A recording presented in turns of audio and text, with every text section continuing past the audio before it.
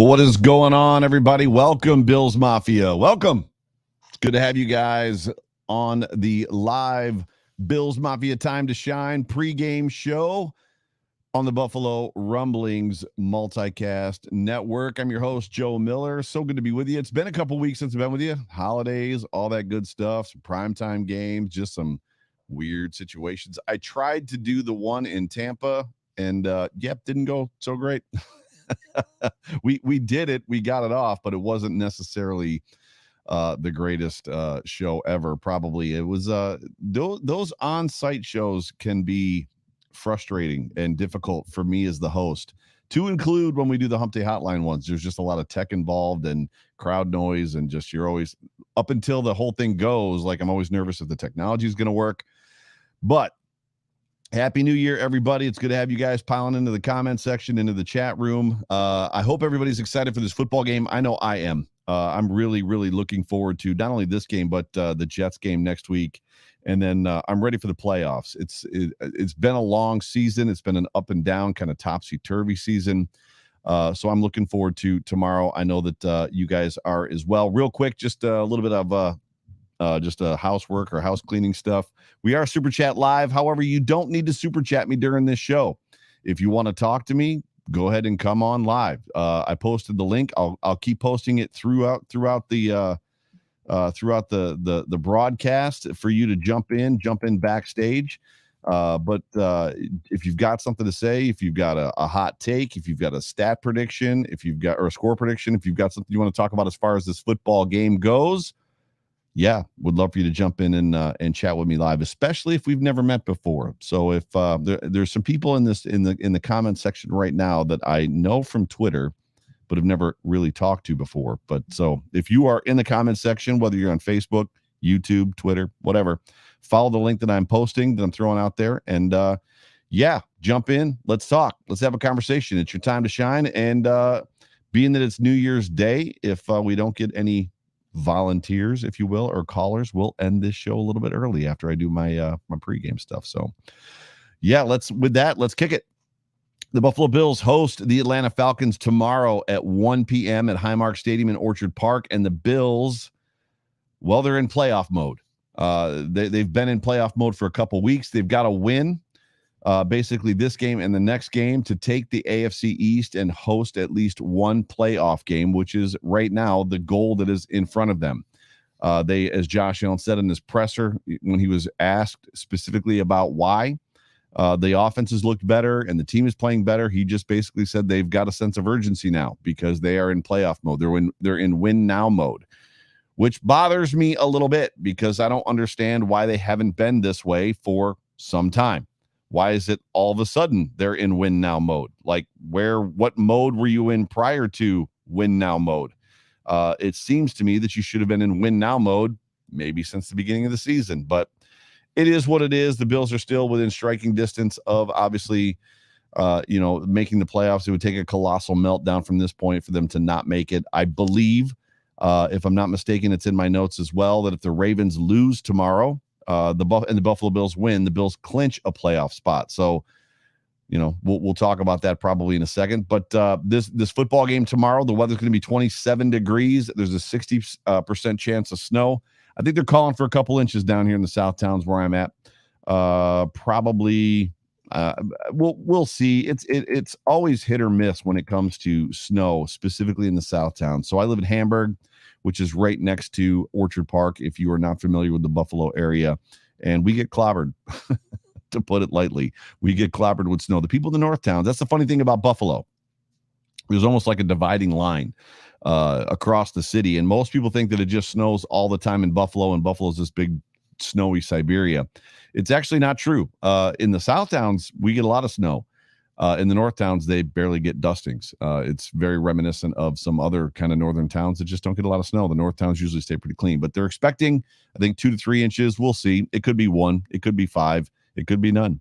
But it is going to be about 27 degrees at kickoff, which puts the Falcons, a Southern team that plays in a dome, in a fun situation. They are in town right now.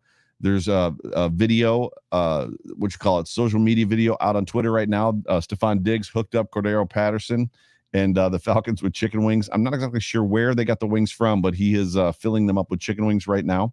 So they are here in town. And what's funny is it's about 13, 14 degrees warmer right now than it's going to be a kickoff tomorrow. So this is one of those football games where we talk about home field advantage, and we talk about the Bills being, a northern team playing in an open air stadium. And does it really benefit the Bills? This is one of those times where it does. And we can, I believe, put to bed or rest forever the narrative that Josh Allen can't play in the snow, and subsequently he can't play in front of fans, because he did a pretty good job last week against the Patriots.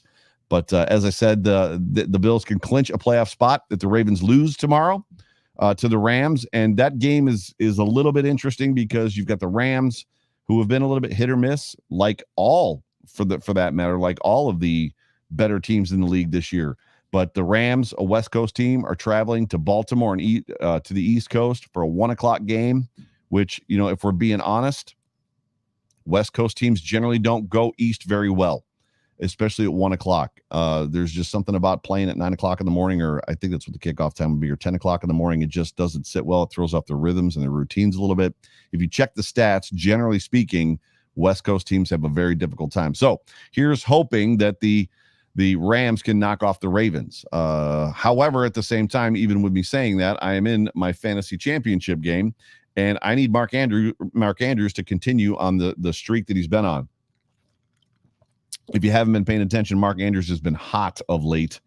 So they can lose. Let's have them lose, but let's have Mark Andrews catch like 2 touchdowns and I don't even know, 10 passes or something like that. So got nobody in the queue yet. So if you're waiting, please don't wait any longer. Jump on in, because I'm going to be I'm going to be looking to head over to bring some people on with me here soon. But let's keep the goal in mind. The goal that we have in mind is 1-0 tomorrow. 1-0 is the goal. So as much as you and I get to look out and kind of like have an idea or get a feeling for what is going on around the NFL, the Bills players, the Buffalo Bills themselves, they need to be focused on one thing, and that's beating the Atlanta Falcons tomorrow at Highmark. The Bills enter this game coming off of a huge victory against the Patriots, winners of 2 in a row. They currently sit atop the AFC East with a record of 9-6. The Patriots also have a record of 9-6, but due to tiebreakers, the Bills are in first place. The Bills rank 6th in offensive yards and 3rd in points per game at 28.5. They rank 1st in yards given up per game with 287, and they rank 3rd in points allowed with 17.6. And that just goes to speak to how kind of weird this season has even been for the Bills, because they've boasted a number 1 defense in one category or 2 or even a couple for the majority of the season. And their offense has not really had a problem putting points up.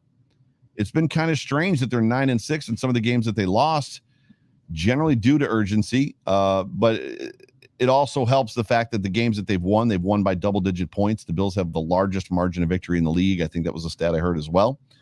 But this football team, if they can continue this run, if these rankings, if these statistics, if they're telling a true story, if this is who they are, right? If this is who they are, when you're talking about being 3rd in the league in points scored and being 3rd in the league in points allowed, that bodes very well for you if you're going to the playoffs. Now, the other teams, the Bucs are right there kind of with them, and the Patriots are looking to, be in the playoffs. They're not up there in points allowed, but points against, they are up there as well. But, if you're marching into the playoffs kind of hot, if you're marching into the playoffs kind of firing on all cylinders, number 3 and number 3, it speaks good things for your football team, right? It speaks really, really good things for and potentially the future of your football team in this season. Josh Allen, after playing a near flawless game last week where his team didn't punt one time, first time ever. If you've been living under a rock and you have not heard this yet, it was the very first time in Bill Belichick's head coaching career, 465 or 464 games, that he has ever had a team not punt against him. Josh Allen was the quarterback for that football team. Josh Allen's 2021 stats so far. It's been a while since we've done this show, so I'm going to give you some stats, which is kind of fun. 15 games so far, 65% completion percentage. He's thrown for 4,048 passing yards. I believe he's the only Buffalo Bills quarterback to go for 4,000 yards 2 seasons in a row. So this man has already begun to make his mark on this franchise and continues to do so. His yards per passing average is 7. He's got 34 passing touchdowns, 12 interceptions, 619 rushing yards, 4 rushing touchdowns, 8 fumbles, and a 96 quarterback rating, and he's 5th in the league with QBR. Conversely, the Falcons are 7-8. And they're playing basically 500 football over the last couple weeks. The Falcons are a funny team. The Falcons basically, I heard somebody say, I don't remember who, it was not looking into this game. It had something to do with one of the shows that I watched, whether it was Good Morning Football or one of those NFL Live. I can't even remember. But they basically said that the Falcons are still suffering from that hangover of losing to the Patriots. And it seems like they are. It's very strange to me how you have a quarterback that's good. I mean, Matt Ryan isn't a world beater, but he's good. He's a good quarterback. He's proficient. They're a pass-first offense, just like the Buffalo Bills. Cordero Patterson is playing running back, and he's still is a phenomenal kick returner and punt returner. They've got weapons on the outside. Calvin Ridley's not playing in this football game, but they do have Kyle Pitts. And some other guys like that. They've got Hayden Hurst, who the Bills should be pretty familiar with because he put a 70-yard touchdown catch on us when he was a Baltimore Raven. But they're a they're a mystery to me. They're an enigma to me as far as why this team consistently every year isn't better than they are. It's a little weird. Obviously, they fired Dan Quinn last year. They've got a new head coach, and it is what it is. So the Falcons are 7-8, like I said. And over the last 6 weeks, 7 weeks, 8 weeks, 500 football. They don't have a win streak. They don't have a loss streak. They're just kind of out there playing football. They're 24th in yards per game, 24th with those weapons and Matt Ryan, 24th on offense. And they're 24th in points per game at 18.5. So the Bills are allowing 17.6 to, from an average standpoint, and they've played some really good football teams. The Falcons are only mustering 18.5, which isn't great. On defense, the Falcons are 23rd in yards allowed, and they're 27th in points allowed per game at 26.7. That is not great. And that does not bode well for anybody as far as that goes. If you're giving up 26 points a game, and the team that's coming in to play you, or I should say the team that you're going to Buffalo to play, is averaging 28.5 points per game on good defenses. And believe me when I tell you, the Bills have played some very, very good defenses this year. Just doesn't bode well. The Falcons have weapons, like we talked about a second ago, but they just aren't playing very good football right now.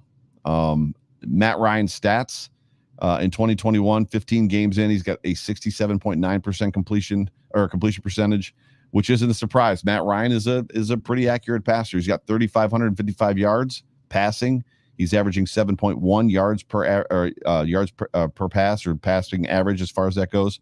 19 passing touchdowns, 11 interceptions, 73 rushing yards. That's a monster rushing yards for him.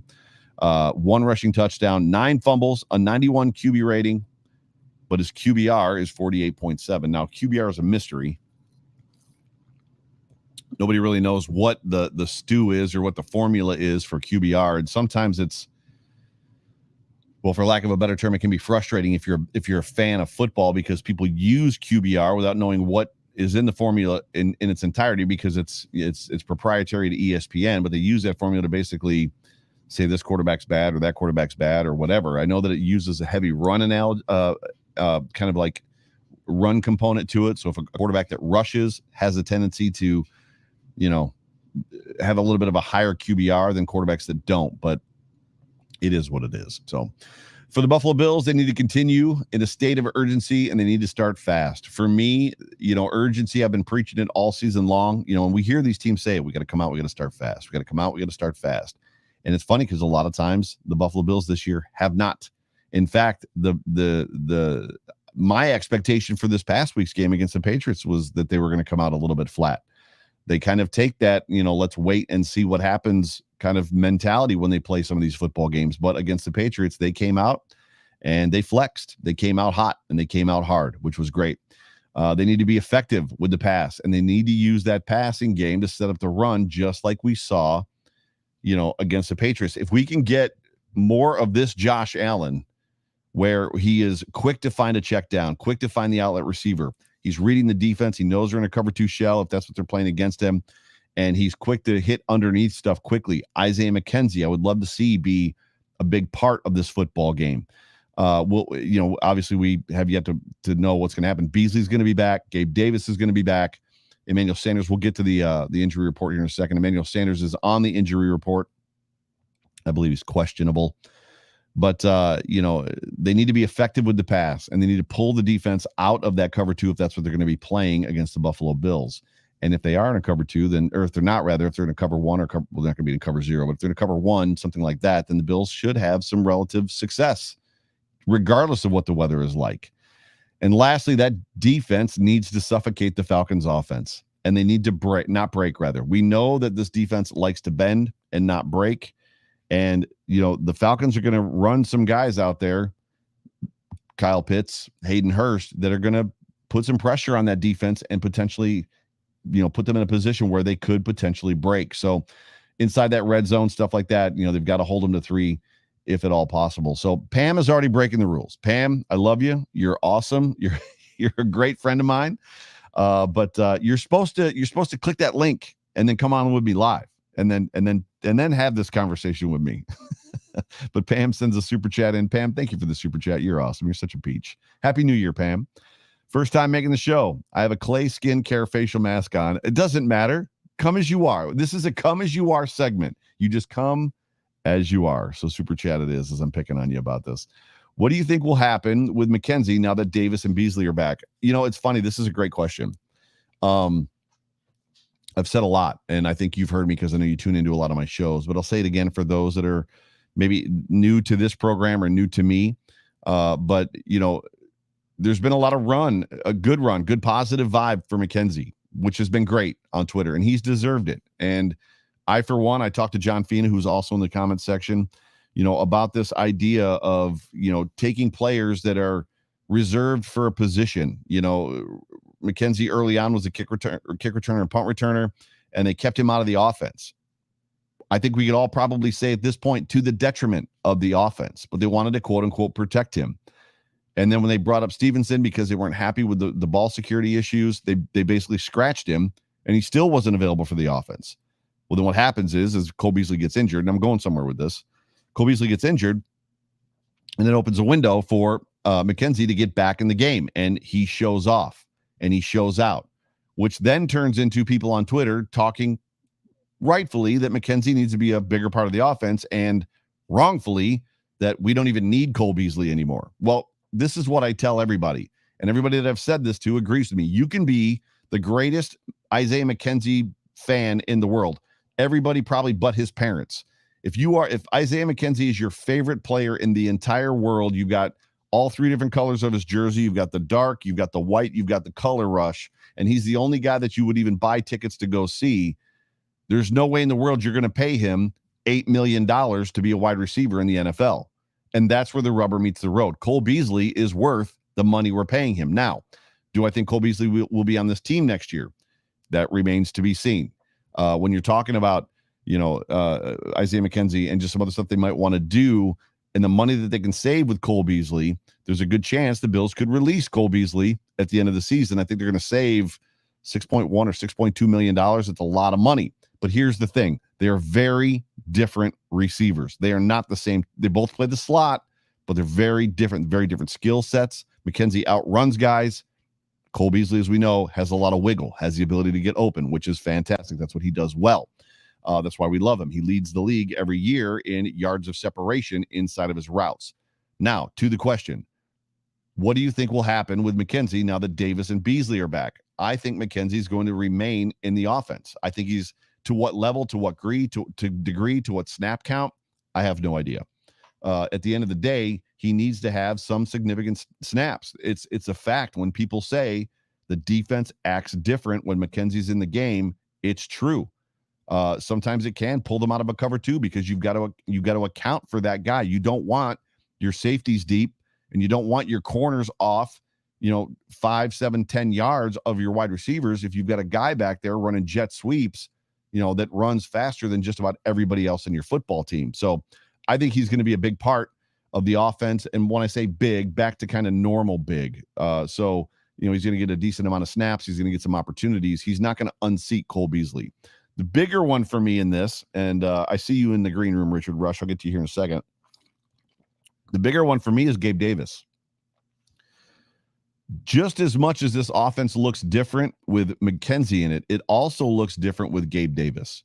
So if Emmanuel Sanders is unable to go tomorrow, clearly we're going to see Gabe Davis. However, if Emmanuel Sanders is able to play, I still want to see more Gabe Davis than Emmanuel.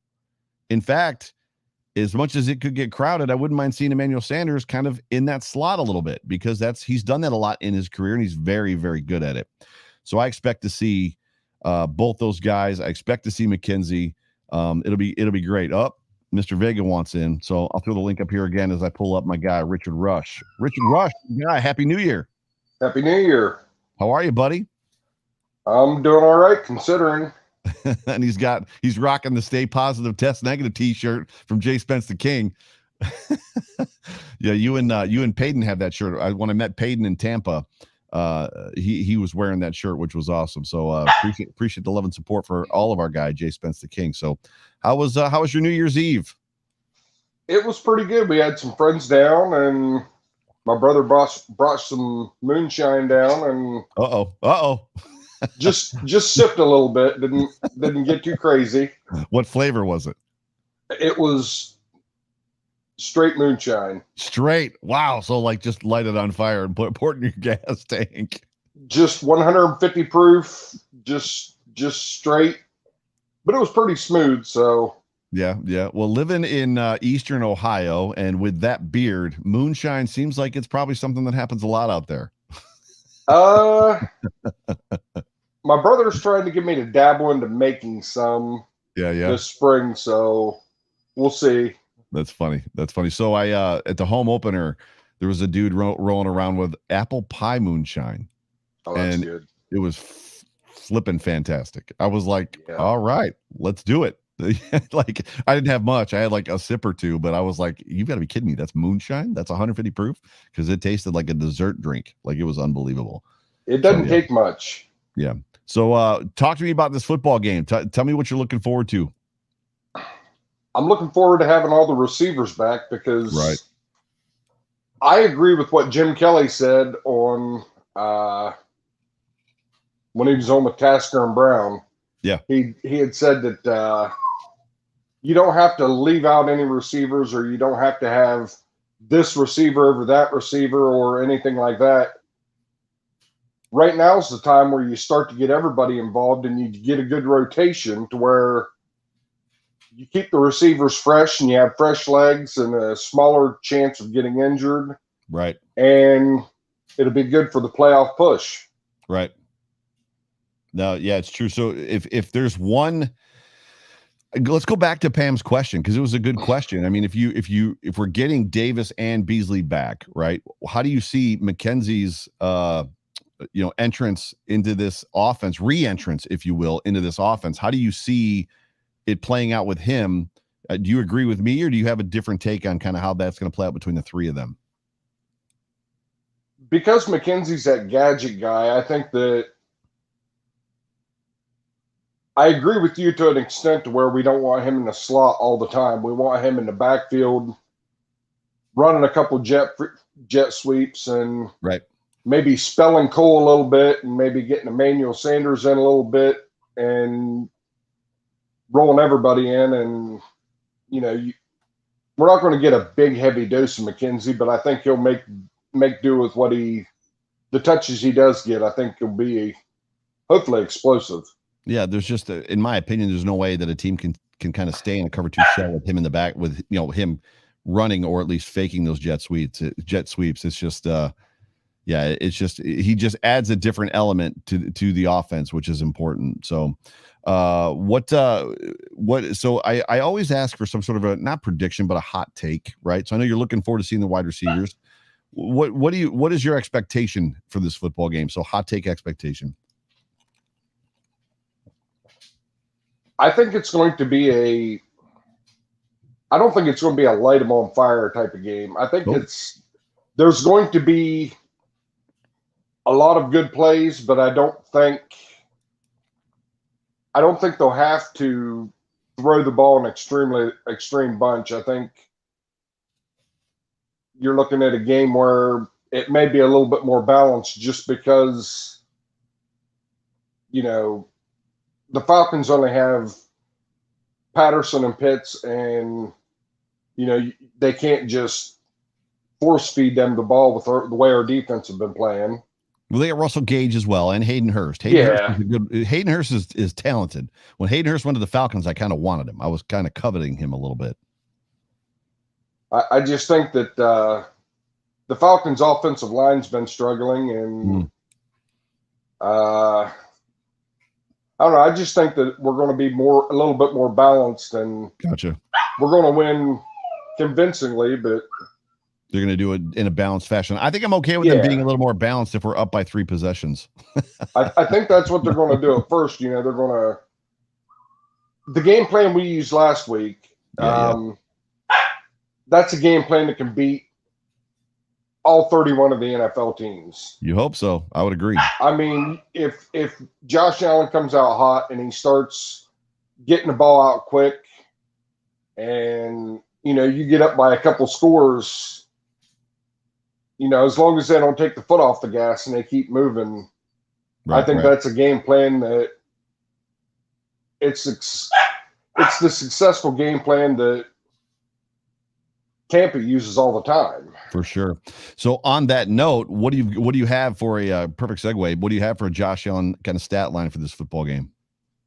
I'm figuring he's going to be about 275 or 280. Gotcha. So that's where that balance comes in, right? Yeah, he'll have, he'll do a little bit of running, but hopefully he won't have to run very much. Yeah. And then so 275, couple touchdowns, you think? I'm thinking he's my fantasy quarterback as well, so I need him. I was thinking somewhere between 2 and 3 touchdowns. I'll take it. Maybe throw for 2. Right. Run for 1. Right. We would all love to see him run for 1 because it seems like that's something that puppy's singing. Jay Spence said that his dogs were barking at your dogs. Yeah, my wife's due home from work anytime now, and I don't want to let him out because I let him out right before she went to work, and one of the Pomskys dug a hole, and the golden retriever puppy got in the hole and got muddy, and I had to bathe him. And yeah. I'm trying to hold off. Yeah. So what do you got for a score prediction? I think it's going to be 35-13. I like that score. That's most people, it seems like all the people that prognosticate feel like the Bills are going to be in the 30s, and the teens are about where the Falcons are going to be as well. So before I let you go, it's New Year's Day, and we're looking at a new year. What are you hoping for in 2022? In general, or just in general? Well, yeah. I'm glad to put 2021 behind me. So 2021 was. 2020 was rough, and then 2021 became more rough. I'm hoping 2022 is a lot better of a year. Yeah. I've got some plans. I'm planning on right around my birthday. I've made a New Year's resolution to quit smoking. I'm going to try to drop a little bit of weight. Nice. Do a lot more fishing. Nice. I like that one. And just overall relax a lot more and just enjoy life more.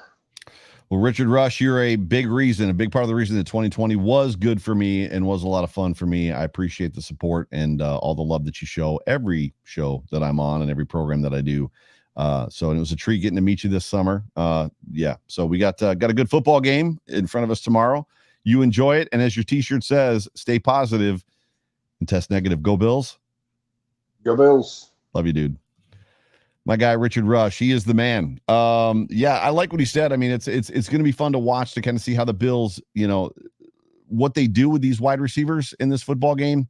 And at the same time, I probably expect the Bills to get up a little bit early, and we'll see. We will see if they can kind of make that ground game work, because that's a lot of, they've had trouble with it for the last several years. And then obviously against the Patriots, they did a good job. But Next up, fellow Buffalo Rumblings content creator.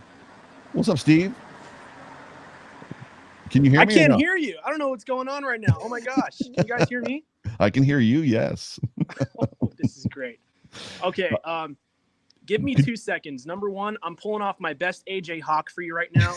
I got a Cuban round, and I know I can't hear you, but I came pretty prepared. And this was a Christmas gift. It is a German beer flask. I don't know. I really don't know exactly what it does, but I use it for everything: coffee, beer, and tonight I'm using it for beer. I'm going to have to get my laptop and get back in here. I'm sorry, ladies and gentlemen. So give me like less than 5 minutes because I can't hear Joe. Awesome. We'll see. We'll see in a minute. We'll see Mr. Vega back. So Steve is the host of Buff Hub, which is he's a content creator for Buffalo Rumblings. So if you are tuned into the shows, right? So the live shows, YouTube, Facebook, and Twitter, and you're not tuned into the podcasts, we actually have a lot of podcasts. We have a lot of content creators that do podcasts that are not doing live shows on YouTube. And then we've got guys that are doing YouTube, myself, Jay Spencer King, Bruce Nolan, whose shows drop as pods as well. So Steve's going to come back in a second, like he said, when he gets his laptop so he can hear and hopefully get his audio worked out. But the green room is open, or I should say empty, if anybody wants to join me. And I'm going to continue to kind of work through my notes here. Love the amount of people that are like clocked into this thing. And all of you, do me a favor, whatever platform you're watching or listening to on, please jump on that like button. What it does is it gets our metrics up so that if somebody types in the Buffalo Bills or the Bills or something like that, it kind of vaults us to the top of whatever it is that they're looking for. So it kind of connects us to it. It makes it, hey, people like this show. So do me a favor, whatever, especially YouTube. If you're on YouTube, hit the like button for me. But the Falcons, and more importantly for me, it's kind of a what's wrong with the Falcons. It's really kind of strange. Steve, I see you getting ready. Can you hear me now, Steve? He's saying he can hear me. So we'll try to pull him back. Can you hear me now? Can you guys hear me? Oh yeah. Oh, there we go. Okay. What's up, big brother? It's a Verizon commercial. Can you hear me now? Yes. That's how it is nowadays with everything. Trying to get anyone connected through these podcasts. I just promoted your show. I'll be honest with you. The technology piece, I've had challenges as far as doing this show, because I don't know how many YouTube shows you watch, but when I started this, nobody was doing this. We're just sending the link out to the world and saying, join me. And people come in and we would get echoes at times before people kind of figured out what to do. We'd get some feedback, and then sometimes there was delays, and sometimes people would have audio, but they wouldn't have, they could hear, but they couldn't talk. It's been a lot of fun. This has been a pretty cool show. So just kind of doing it, just connecting with people. But how are you doing? How's your new year? I'm doing great. New Year's great. Actually got Ruby with me. Ruby, come here. It's my little border collie. She's joining me outside today. So we're having a good time. It's like 30 degrees out here in Nevada, believe it or not. So If you're looking to come out to Vegas, bring a trench coat, anything you need, man. It is freezing, but it's perfect. I mean, it's perfect weather for a cigar and having a beer outside, petting your dog. But it's funny you were mentioning that about the technology thing. I called Stevie Johnson a while back for my podcast, and he was just on his speaker in his car in his Bugatti, and it was blaring. So it was just like back and forth, like echoing for like 40 minutes. Just felt like I was in the club or something. It was hilarious. But yeah. Oh man, been good. How's your New Year going? Great. I mean, it's we had some family over yesterday, and we stayed up. I actually stayed up until 1 o'clock in the morning. So there's been most years I'm in bed beforehand, but my daughters are getting to the age now, 12 and 15. My youngest just turned 12 in November. My oldest just turned 15 a couple days ago. That they want to do that. So they had some friends over. It was great. I actually didn't watch the Dick Clark one. Like I turned away. I'm getting old, I guess. I watched the one from Nashville, and it was great to see people actually perform and play instruments and actually sing in microphones versus, everything was tracked, and it was in Nashville as well. So nobody was wearing masks, which was a whole other conversation. Yeah. But no, had a good time. And then, remodeling a bathroom. So I've been doing that for about the last 4 days, working on my bathroom upstairs. But that is work. Yeah. What'd you end up doing last night? Last night, I took care of my kid. Like literally. Well, happy New Year that to was you. my life. Yeah. Like I literally knocked out. I'm taking care of my kid. and my phone's going crazy. Like I was up for like a couple of hours waiting for the new year to start. And I promise you, this is what happened. My brother's calling me. I left my phone on vibrate. It's 3 minutes past the ball dropping. And I'm literally just like, my eyes are like swollen. I wake up, I'm like, hey, what's going on? And he goes, Happy New Year. And I was just like, yeah, sounds like the year I had in a nutshell right there. That's amazing. That's amazing. So what, you said you've got some stuff prepared for me. What you got? Okay. So this is a Cuban cigar. Last time I jumped on this show, I had just gotten done with a Cuban cigar that was like aged for like 12 years. My dad saved. Wow. For just, a special occasion. And so we were out there in Florida having a good time. And I was like, you know what? It just feels fitting to have another Cuban cigar with my buddy Joe Miller. And, I just so happen to also have this amazing flask that was sent to me from my mother straight from Germany. My mom's not German, but This is like literally, you just feel like a king drinking out of it. It's literally crazy. Handcrafted. Like, I have no idea what it's called, but I feel so much more magnificent having a regular beer in it, and everyone's just looking at me across the neighborhood like this guy's a weirdo. I don't care. I love it. I drink anything out of it. I probably would have filled it with coffee, beer. I would have filled it with coins. I probably wouldn't have been brave enough to drink out of it. I'd have just been throwing coins in it, like it'd become the swear jar or something like that. But you kind of have to put your hat back. You got to take this thing off, right? So it's like a teapot. You take it off, and then you just like, okay, you're good. Just make sure you flip that thing up when it's away from your face. If you catch a nostril, you're going to be in trouble. It's happened. So yeah, been there, so, had to learn the hard way. So talk to me about this football game. What are you expecting tomorrow? I'm expecting, I'll tell you, the Buffalo Bills to finally, I was wrong. I have been wrong, Joe. I said last time I was on your show that Sean McDermott is an absolute monster when it comes to adjustments. And boy, was I wrong, where the Colts ended up completely trampling. And you are absolutely right about Carson Wentz and his broken body doing great in freezing cold rain weather. I don't know. All I know is before I watch anything, before I digest any football game, I listen to what Joe Miller has to say, and then I gather my thoughts. So now that I've done that, I can honestly tell you with confidence that this is a game that I believe the Buffalo Bills are going to remember what consistency feels like. And it's something we haven't seen since 2020.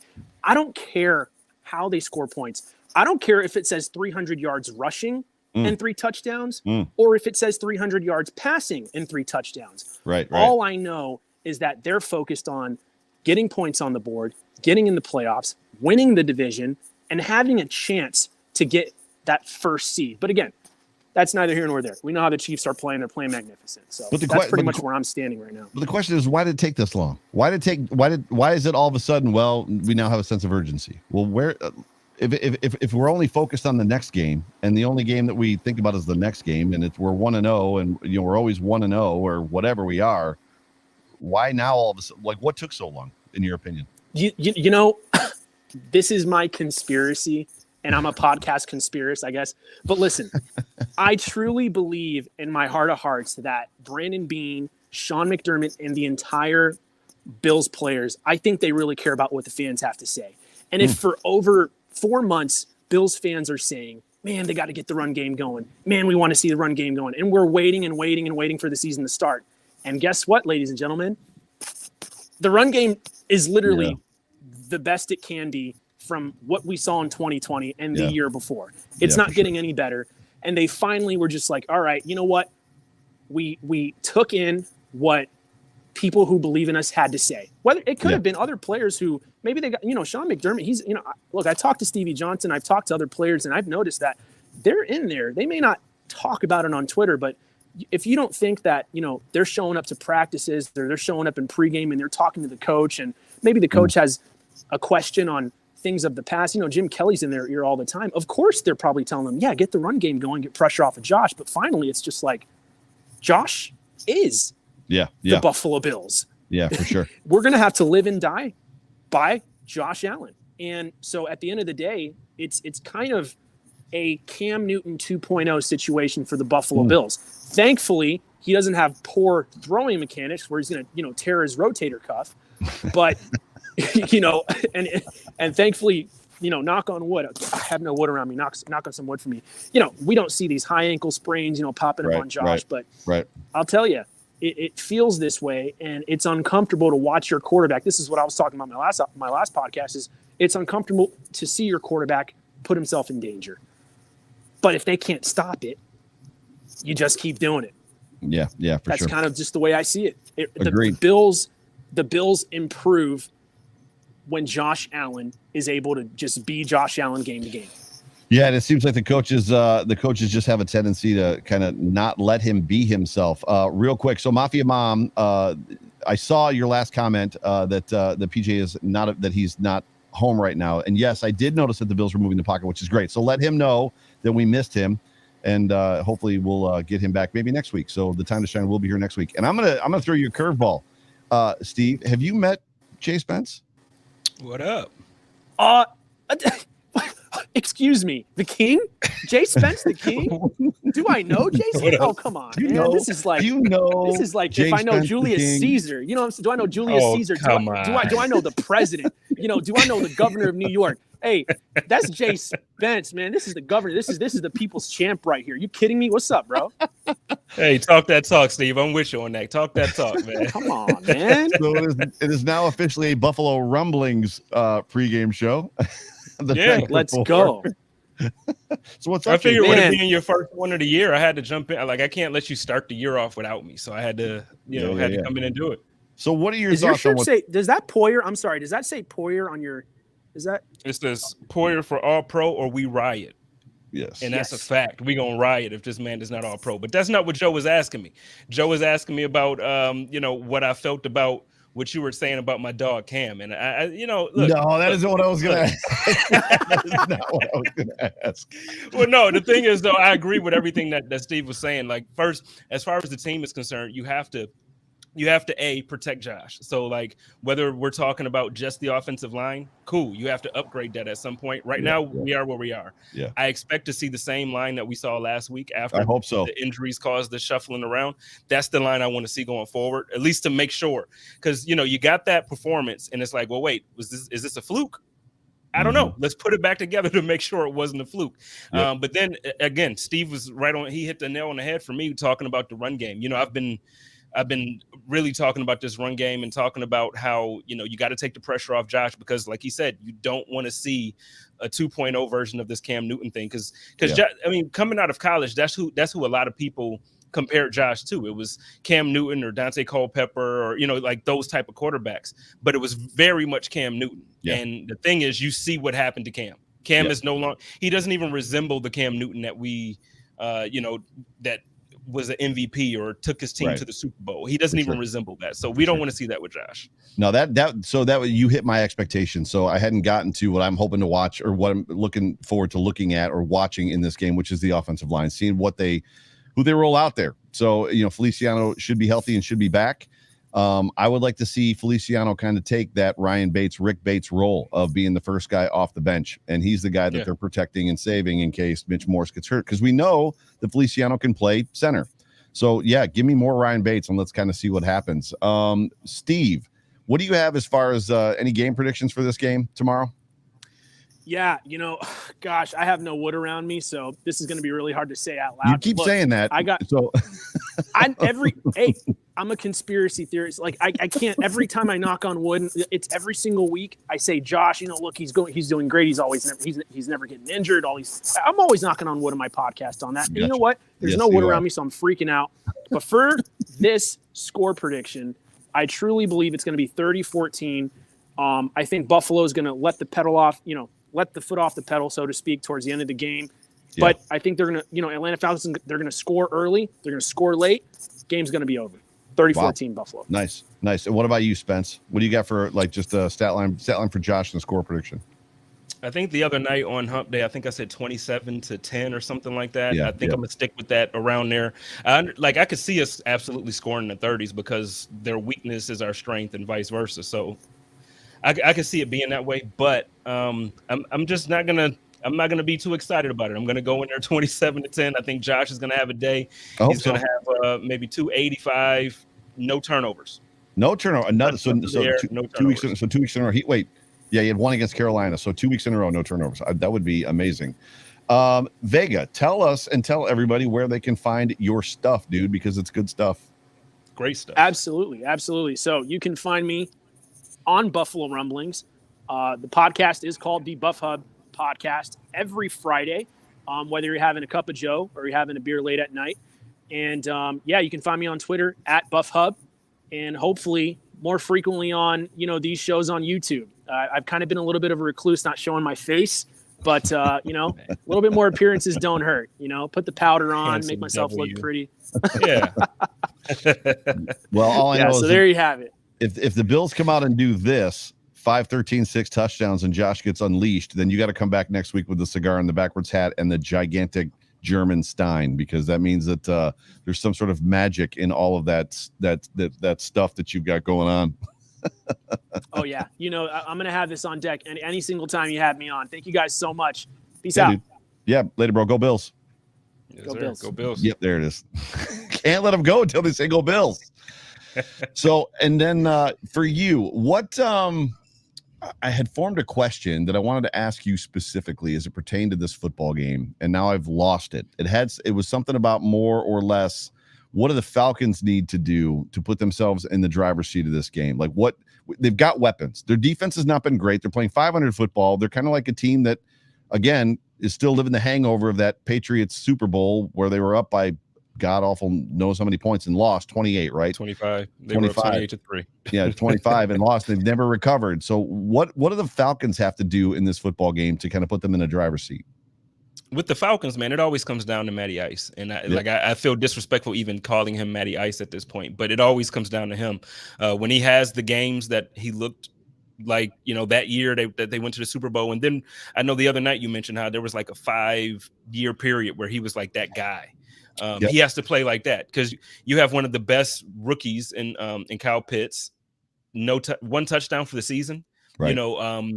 It's just going to come down to him. It's going to come down to him to just the offense has to score, and they actually have to keep the ball away from the Buffalo Bills. Like that first Super Bowl that we were in, and we ended up losing, and they're like, how the heck did that happen? And they kept the ball away from Thurman Thomas and Jim Kelly. Yeah. That's what this team is going to have to do tomorrow if they want to beat the Buffalo Bills. That's well said. For me, it seems like this year in particular, not last year. Last year, this team was different. The Bills team was different.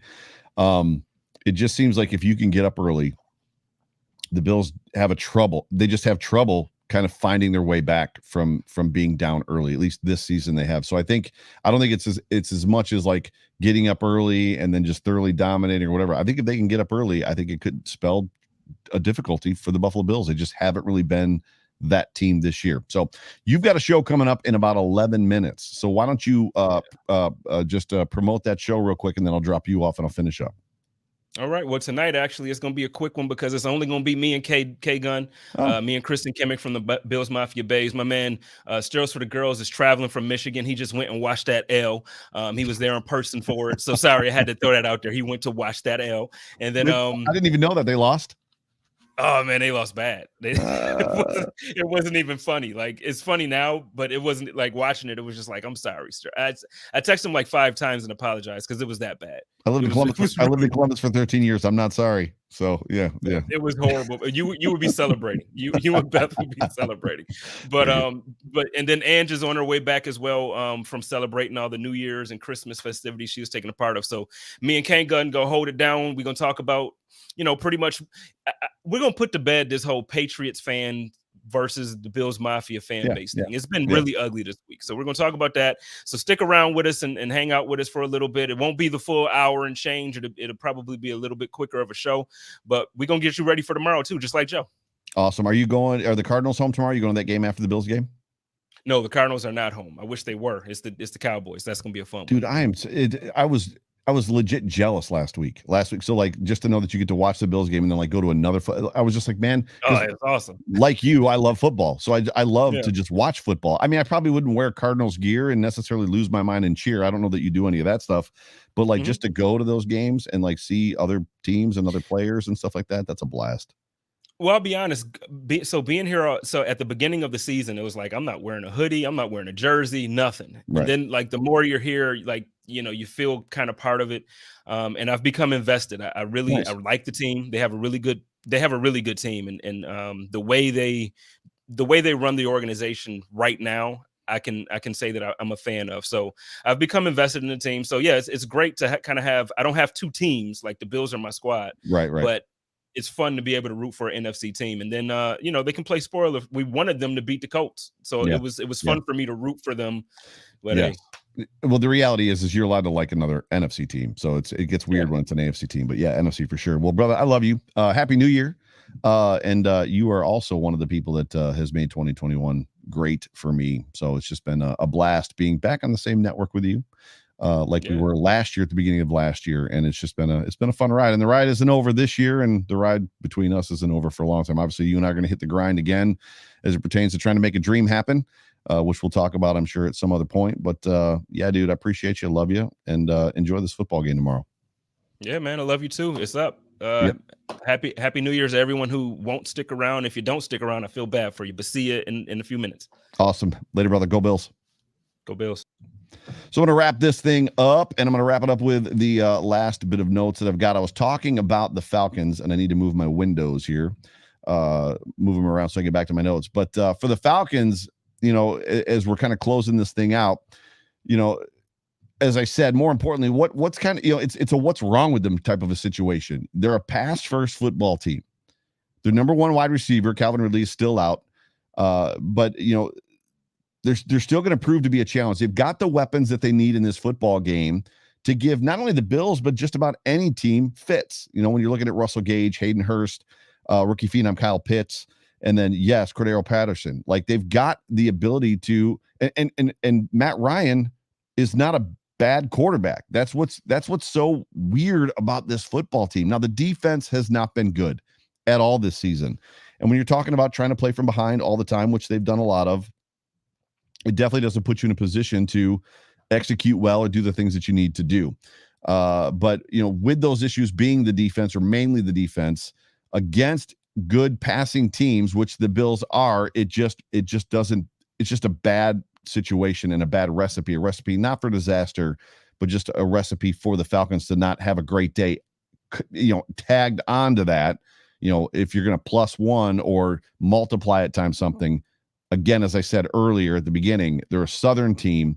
They play in a dome in the South. They're traveling to Buffalo in January. It's going to be 27 degrees tomorrow. Just so everybody knows that's not in Buffalo, it's not 27 degrees out there right now.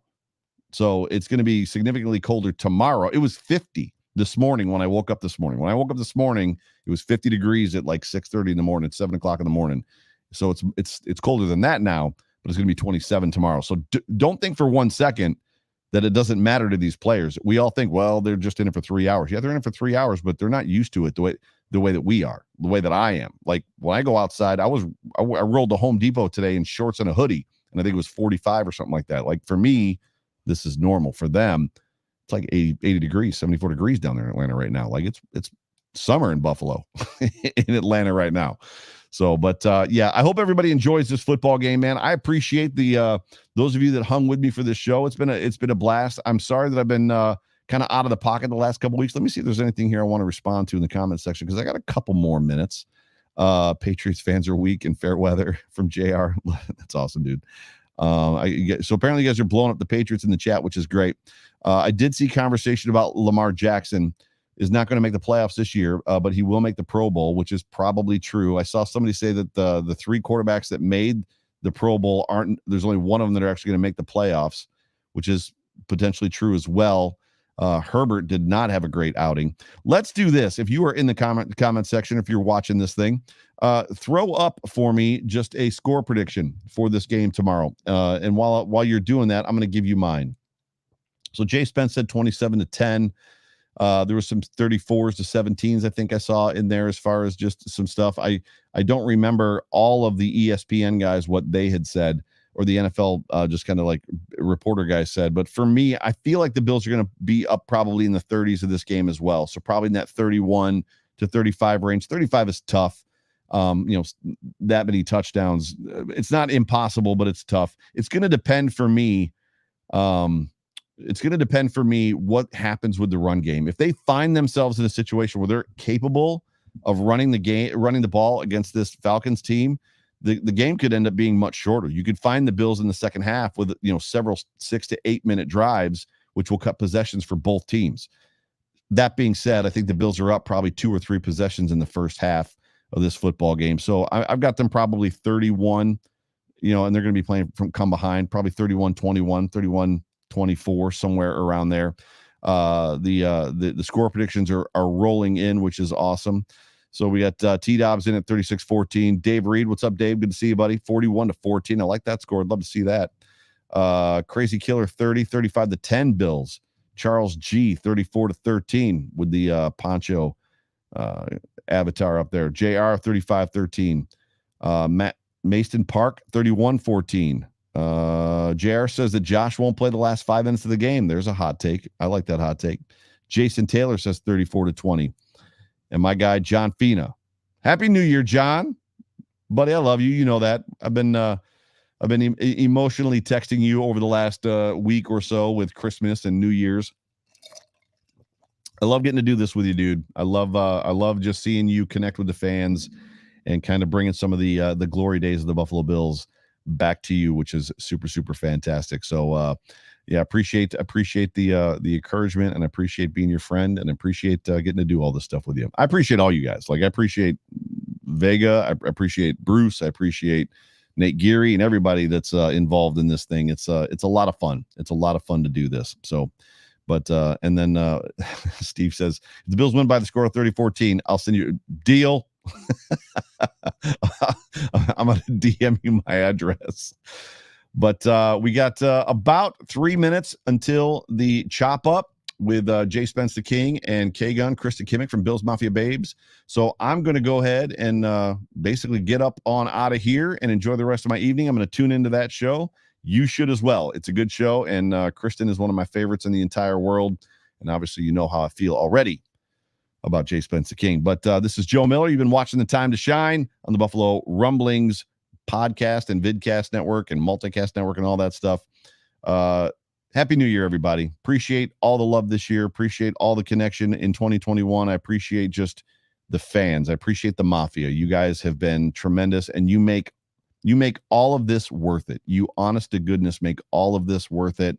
If it wasn't for this interaction that we get and the connection to you guys, I probably wouldn't be doing this still. And that's the honest to goodness truth. So thank you guys from the bottom of my heart. Enjoy this football game tomorrow. Joe Miller, Buffalo Rumblings, Time to Shine.